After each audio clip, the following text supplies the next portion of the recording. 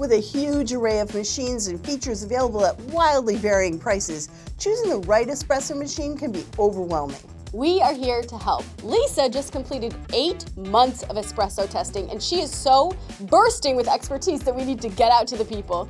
We're going to talk through what I learned and our winners at every effort level. We set a price cap of $1,000 and found plenty of great options. What it comes down to is how much effort do you want to put in to make your morning espresso? Think of it as a choose-your-own adventure, and we're your guides. Let's make some espresso.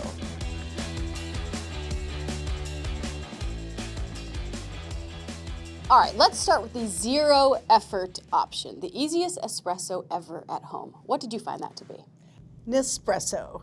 This is the Nespresso Pixie, and it is really zero effort. You don't have to know anything. It's got one button, and you've got an espresso. Even before you wake up, you can have a coffee. It uses pre-ground coffee in these little pods. You don't have to grind the coffee. You don't have to tamp it. You don't have to transfer it in a portafilter and brew it. They've done that for you. It's all in this little pod. This pod is made of aluminum. When you're done, you can mail these back. They cut this open, take out the coffee grounds and compost them and recycle the aluminum. One of the things I always wondered about with this model is whether the coffee was as good, because honestly, for me, it has a huge amount of crema and kind of a thin body to the actual espresso. To me, the coffee itself has always been a little subpar. On the other hand, in the morning, if this is what's there, I'm perfectly happy. You can feel your way out of bed without even your eyes open and make a coffee. Right, and any of your guests can too. They're not going to be waiting for you to get up. So these things are obviously very convenient. Talk to me about price. The machine itself is the least expensive machine we tested. This was a little over $200. Where they get you is with the pods. The pods cost almost $1 each, more or less. They're usually 85 cents to $1.10 each. When we calculated, we realized that per pound you're spending something like $95 to $100 per pound of coffee. So while it costs a bunch of money per pound for the coffee, you are getting that great convenience. It's portable, it doesn't take any space, it's kind of stylish looking, all these good things. But it is going to be a little bit of a compromise in terms of amazing coffee flavor in favor of this incredible zero effort machine. All right, next up, some effort, which this is called fully automatic, is that right? Right, they're also called super automatics. They use the terms interchangeably. Super automatics, fully automatics, they do most of the work for you. It's a little bit harder than an espresso, but not much. This is the Gaja Magenta Prestige. This is our recommendation in this category, and it gives you really push button ease and lots more drinks available. So with an espresso, there's no grinder, it's always pre-ground. This one has a built-in grinder, is that right? Yes. Yeah, it has a built-in burr grinder. It has about 5 settings that you can choose between for grind settings. Unlike the Nespresso, here we can use fresh, whole coffee beans, any kind you want. If you can see right here, it's full of coffee beans. And it's very easy to fill. You can go down to your neighborhood roastery and get your favorite beans and put them in there, and you're good to go. So let's talk about milk frothing with this model. How does that happen? I see this here. Right. This is a little box that you can fill with milk of any kind that you like, and it dispenses it right into your drink. So if you choose a latte, it will froth the milk perfectly, dispense it into your cup, make the espresso, add that, and you have a perfectly done drink with one push of a button. It has a menu of about 12 drinks. It can make things for you like a latte, a cappuccino, whatever you want. So you don't need to know how to tamp.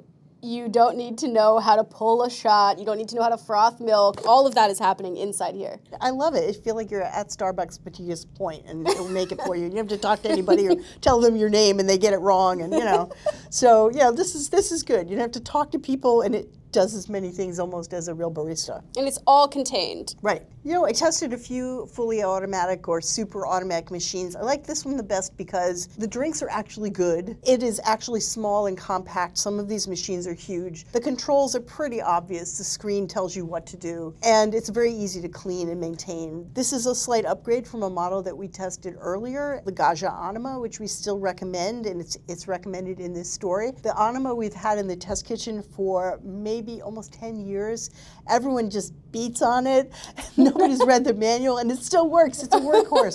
So we love this, and this is the upgraded version of that if you want the same kind of toughness and the same excellent quality coffee, but with like the whole, cafe worth of options there. So this is your own little cafe at home.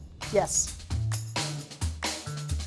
Now we are at the best semi-automatic machines. What does that actually mean? That means semi-automatic, obviously. Automatic, Sort of last automatic? ones were very automatic. This one's less automatic. It does some parts for you, some parts you have to do. So this is the Breville Barista Express. It's all in one. You know, the grinder is built in. It's got a steam wand. It's a semi-automatic machine. We really love it, and it has been a long time favorite of ours. The nice part about this is that if you want to feel like a real barista, this gives you that power. You're not just pushing a button. You grind the coffee, you transfer it to the portafilter, over to the group head, which is where the water comes out. You brew the coffee, and this is a steam wand for steaming the milk. So you can do all those parts yourself, but the machine has some presets that make it easy for you. The portafilter is what holds the little cup, which has a perforated bottom. And this is for the double shot of espresso. There's narrower ones for single shots. And sometimes they'll have dual-walled ones, which are good if you have, say, pre-ground coffee or slightly older coffee. The dual wall has a smaller hole in the bottom, creates more pressure, blah, blah, blah. There's so much to know. But this is the basic one. This is the basic one. It has a full bottom of holes, and it holds the grounds of coffee in the portafilter and then goes in, locks into the machine to brew the coffee. This will be very tightly attached to withstand that pressure That's coming right. through. So all the force goes through the coffee and it's not wiggling around and steam escaping. That construction is one of the reasons that espresso machines are so expensive. It has to do all the work of heating everything and getting all the things to the right temperature and pressure, but then it's got to get it through that little puck of coffee very efficiently. And safely with all of Safely. this hot steam everywhere. That's right. This is a semi-automatic machine, but it's also our overall favorite of all the espresso machines because, you know, there's the really low effort ones that make okay coffee. There's the high effort ones, which we'll get to next. But this one hits that middle ground where it does a lot of the work for you. You do not need to be an expert. But if you want to start learning more or using different kinds of coffee, light roasts, whatever, you can adjust the grind size. You can dispense different amounts. You can program the shot length. All these things you can do to really extract the flavor that you want out of that coffee, or you can use the factory presets and get a very respectable espresso. And that's what's nice about it. It will do most of it for you if you don't want to know, and if you do want to know, it has the capability to take you down that road. So the other thing that this has is a steam wand, just like high-end espresso makers. It's got a steam wand with the capability of steaming milk to make your lattes, to make your cappuccinos. It comes with a little pitcher, which is really nice. This machine came with a lot of the accessories that the other machines didn't. All right, so this is our all-around winner, moderate effort, best for everybody choice. Yes. So now we're at the end of our 4 models, organized by effort. Talk to me about this. You've got Yes. a lot of stuff going on here. Yes, suddenly all this stuff. This does not come with the machine. This is the most common type of espresso machine when you talk to hobbyists. It's called semi-automatic, like the Barista Express. But unlike the Barista Express, it doesn't have any presets. Nothing is done for you. These are called prosumer machines. And so the prosumer models are great. They have wonderful components. They're serious espresso machines. But they also kind of assume some knowledge on the part of the customer. And I was just taken aback to the level at which you can spend hundreds of dollars on an appliance for your home and yet no help from the manual. You are on your own to learn how to make espresso with these machines. On the other hand, once you do that, there is endless customizability. The Lilith Anna, our favorite, most effort model, is for people who really want all the customization to get the shot that they really want to drink. This one, you have to do all the steps yourself. You're going to have to weigh and grind the beans for your dose of coffee. You have to transfer them to your filter in the portafilter, tamp them down, put it into the machine, wait till the machine's at the right temperature. You have to use a scale and time and weigh your shot and run the pump just long enough to put the water through for the amount of time you want that shot. I could have gone to donkeys and back by the time you finished saying that. But this makes way better coffee. We tested 3 models in the prosumer category. This one I ended up liking the best because it could do all the things the others did, but had some built-in features that gave you a hand, which was really important to me. It has a couple of gauges here on the front, and one is the temperature controller, and that shows you the temperature that the machine is at. You want to pull that espresso shot when the water is the right temperature. There's a little blinking light here that tells you when it's ready. There's also, like on the Breville Barista Express, there is a gauge here for pressure. It just gives you a little bit more information about what's happening in the machine. So is there an ideal amount of pressure that these machines are trying to hit? Yeah, I mean, it's commonly agreed that 9 bars of pressure is sort of the ideal for espresso. This gauge shows you in the range of about 9 bars right here. So it'll tell you you're in that sort of generally agreed upon range that is ideal. Unlike the Breville where you push a button and it times the shot for you, or you can program it, I would like it a few more seconds, a few less seconds. You are completely timing the shot with this by turning the pump on and off. You weigh it while it's brewing to see the amount of liquid you're getting out of that much coffee, and there's a ratio. The ideal is 1 to 2, 18 grams of coffee to 36 grams of liquid espresso. So it's a 1 to 2 ratio, and you can go up and down from there on both sides and tweak, tweak, tweak, have a good time. You can literally go down that rabbit hole as far as you want and then get online and debate it. Unlike the Barista Express, there's no grinder built in. So getting a good grinder is really important. We did a full testing of Berg grinders available on our app and website. This is the winner, the overall winner is the Baratza Encore ESP, ESP for espresso. There's 22 settings here for espresso, there's 40 overall. The grind size and the amounts are all up to you. Temperature, pressure, the size of the coffee grind, all of those things change the way the coffee and water interact, and that will change the outcome, the body and the flavor of your espresso. So if you go to our app, you can see our full review of Berg grinders.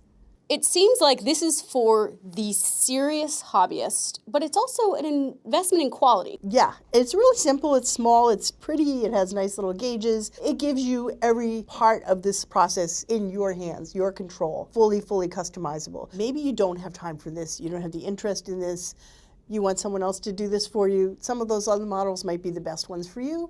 We have no shame in the game. Whatever level you want, know yourself, and we have a winner for you. If you want to make milk-based drinks like lattes and cappuccinos, you need to learn how to use the steam wand on these machines. And here to help us is our colleague Abby Reynolds, who's also co-owner of Kid Dream Coffee Company in Beverly, Massachusetts, near Salem. She's going to show us both steaming milk and latte art. Okay, so our shot is pulled. We have a nice caramelly layer of crema on top, and we're just going to lift up this steam wand, and we'll just run it for a second just to clean it out. It's always good to have a rag ready to go to clean up your mess afterwards and protect you from that hot steam. You're going to have your milk pitcher ready to go. You're going to fill it up to the point, for the size that you're making, whether it's a latte or cappuccino. Less milk for a cappuccino, more milk for a latte. I have my milk about a pinky length underneath that line. Pinky length beneath that is a good amount of milk to put in. Yes, you don't want to for a fill it all the latte. way up and start steaming, because as the steam gets into the milk, it's expanding. Exactly. And you're going to just have it everywhere. I'm going to go ahead and put the steam wand into the milk before I turn it on. That way we don't get spewed with hot steam. That's a good tip. Beautiful. Nice hissing. And we're going to go ahead and lift up. And as you can see, we're starting to see some rotation in our pitcher. We have a beautiful milk vortex going, incorporating all those big, beautiful bubbles into the rest of the milk. And that's where we get our texture from. And basically what I'm doing now is just waiting for it to get hot enough. And the way I sense that, I'm just keeping my hand on the outside of the pitcher. And I'm going to wait until it basically becomes too hot to the touch. And the timing of that just depends on what machine you're working on. But for the Breville, it's nice and quick. And we wait for that to be all the way done. So what we're going to do now is go tap, tap, tap. And just incorporate those bigger bubbles into the milk. And that's what your milk should look like. Nice glossy texture. Almost looks like white paint. That's going to be beautiful for latte art. So now we're ready to have some fun. So for latte art, you can go simple, you can go complex. I'm gonna do a pretty simple tulip, but the whole idea is your first pour, you wanna start up high. We want that first milk introduction to dive way beneath the surface of that crema. So we have a nice skinny, steady stream. And then when you want to create art, I have about 2/3 of the cup filled up. You wanna get in nice and close. Oop. There we go. And there you have it, a tulip. It's so pretty. Oh. To read our full review on espresso machines and to dive even deeper on all of our rigorous testing, check out the link below or download the ATK app. Don't forget to like this video and subscribe so you never miss an episode. See you next time. Cheers.